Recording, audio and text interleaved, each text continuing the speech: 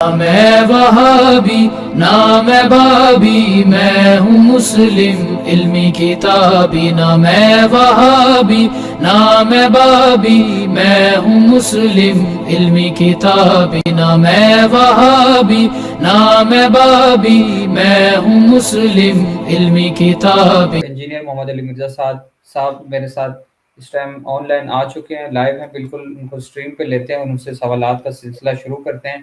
السلام علیکم ورحمۃ اللہ وبرکاتہ علی بھائی۔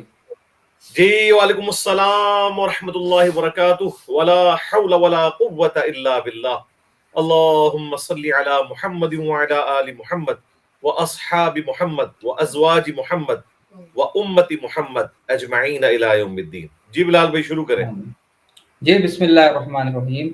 علی بھائی، سب سے پہلے شاداب بھائی نے سوال کیا تھا کہ فقہ حنفی کے طریقے سے جو بھی چیزیں ہمیں ملتی ہیں وہ ضعیف حدیث سے ہی ثابت کیوں ہیں؟ تو کیا امام ابو حنیفہ رحمۃ اللہ تعالیٰ علیہ کو صحیح حدیث نہیں ملی تھی؟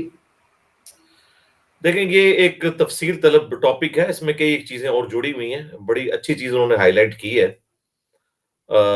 میں نے ایک ویڈیو ریکارڈ کروائی تھی، مسئلہ نمبر 197، اماموں کی گستاخی کا الزام۔ اس میں نے اس ٹاپک کے اوپر تفصیل سے گفتگو کی ہے۔ شاہ ولی اللہ دہلوی رحمہ اللہ نے حجت اللہ البالغہ میں اس کے اوپر ڈسکشن کی ہے، اور یہ فقہ حنفی کے کورسز میں کتاب پڑھائی جاتی ہے، کسی اور کی بات کریں گے تو انہیں بری لگے گی۔ حجت اللہ البالغہ کے وہ نوٹس میں نے اپنی ویب سائٹ کے اوپر بھی رکھے ہوئے ہیں، ریسرچ پیپر نمبر 13 کے عنوان سے، وہ آپ پڑھ کے دیکھ لیں تو آپ کو انشاءاللہ پتہ چل جائے گا۔ اصل میں چونکہ فقہ حنفی کی بنیاد زیادہ تر مسائل کے اندر تابعین کے اقوال کے اوپر ہے، اور وہ اقوال ظاہر ہے کہ وہ اکثر اقوال جو ہے وہ ان کے ذاتی اجتہادات ہیں جو صحیح الاسناد احادیث سے ٹکراتے ہیں۔ شاہ ولی اللہ دہلوی نے لکھا ہے کہ امام شافعی نے آ کے پہلی دفعہ یہ چیز ہائی لائٹ کی کہ امام مالک اور امام حنیفہ یہ دونوں تابعین کے اقوال سے بھی ڈیڈکٹ کر لیتے تھے مسائل کو، اس کی وجہ سے کافی کمزور فتوے ان کے موجود ہیں، آلموسٹ 50% کے قریب ان کے مسائل صحیح الاسناد احادیث کے خلاف ہیں۔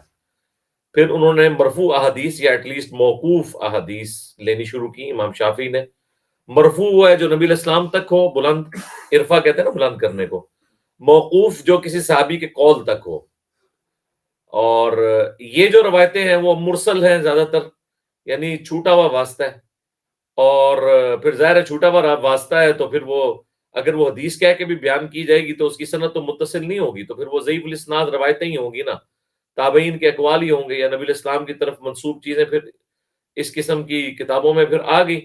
اس وجہ سے وہ ان کی کافی ساری چیزیں آپ کو قرآن اور صحیح الاسناد احادیث کے خلاف نظر آئیں گی۔ مسئلہ صرف احادیث کا نہیں ہے، قرآن کے بھی خلاف ہیں۔ مثلا یہ جو تقی عثمانی صاحب کے والد صاحب ہیں مفتی شفیع صاحب، ان کے جو استاد تھے شبیر احمد عثمانی، جنہوں نے بانی پاکستان محمد علی جناح کا جنازہ پڑھایا تھا، انہوں نے تفسیر عثمانی لکھی ہے۔ محمود الحسن دیوبندی، جن کو ہمارے ڈاکٹر سرار صاحب بھی بیچارے اپنے بھول پن میں شیخ الہند کہتے تھے، ان کے ترجمے کے اوپر حاشیہ لگایا ہے شبیر احمد عثمانی صاحب نے۔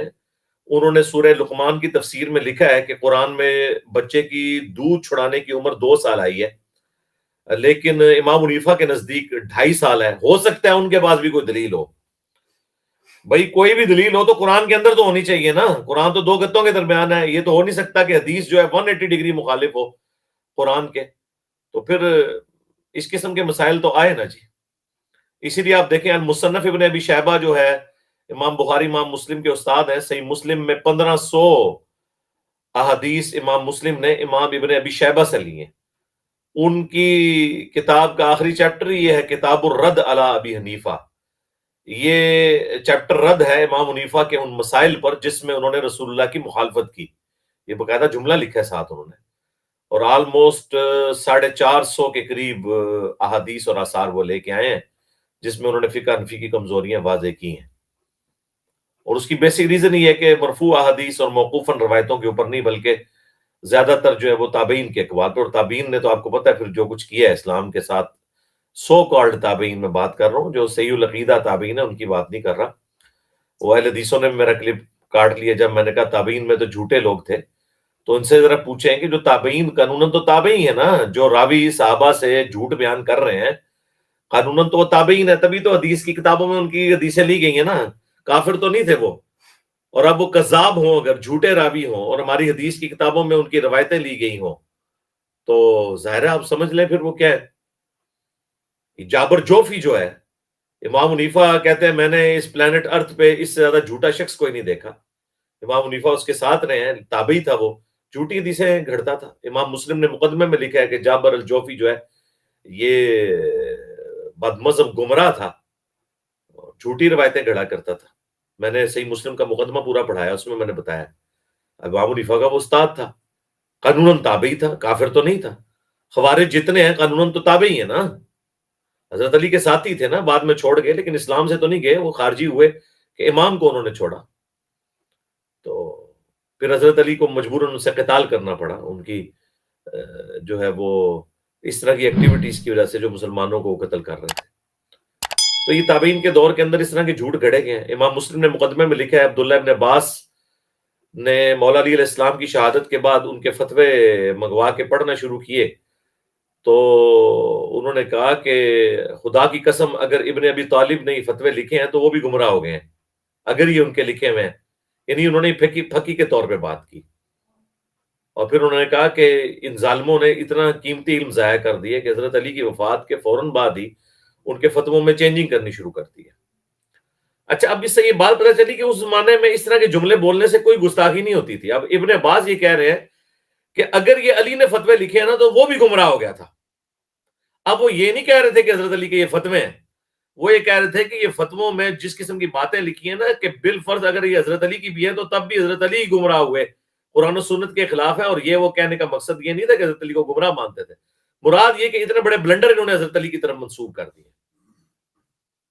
تو ہم جب کبھی اس قسم کی مثالیں دے دیتے ہیں نا، یہ فوراً اسے گستاخی بنانا شروع کر دیتے ہیں، اور جی یہ کیا کہہ دیا جی، اس طرح بات کیوں کر دی تھی؟ اسی طریقے سے ہی بات ہوتی ہے میرے بھائی، جب سمجھانے کے لیے بات کی جاتی ہے۔ سورہ المنافقون میں آیا کہ عبداللہ ابن ابی نے کہا کہ جب ہم عزت والے مدینے میں داخل ہوں گے تو وہاں سے ذلیلوں کو نکال دیں گے، اور اللہ نے ان کا یہ جملہ نقل کیا ہے۔ اور ذلیل کسے کہا؟ نبی علیہ السلام ان کے صحابہ کو، نعوذ باللہ۔ اب جب ہم یہ کہیں گے کہ منافقین کہتے تھے کہ جب ہم عزت والے مدینے میں داخل ہوں گے تو وہاں سے ذلیلوں کو نکال دیں گے، وہ کہتے ہیں تم آپ کیوں ذلیل کہہ رہے؟ بھائی ہم نے نہیں، ہم نے تو ان کا قول نقل کیا ہے۔ جان بوجھ کے یہ بات کرتے ہیں، اپنے بابوں کے ناموں کے کلمے چشتی رسول اللہ، اشرفی رسول اللہ کا بھی دفاع کرتے ہیں۔ تو ظاہر ہے پھر دیکھیں اللہ نے انہیں مشین پہ چڑھا دیا نا، ہم تو اس زخم کو کبھی بھی ٹھیک نہیں ہونے دیں گے جو ان کے بابوں نے کام ڈالا ہے۔ نیکسٹ۔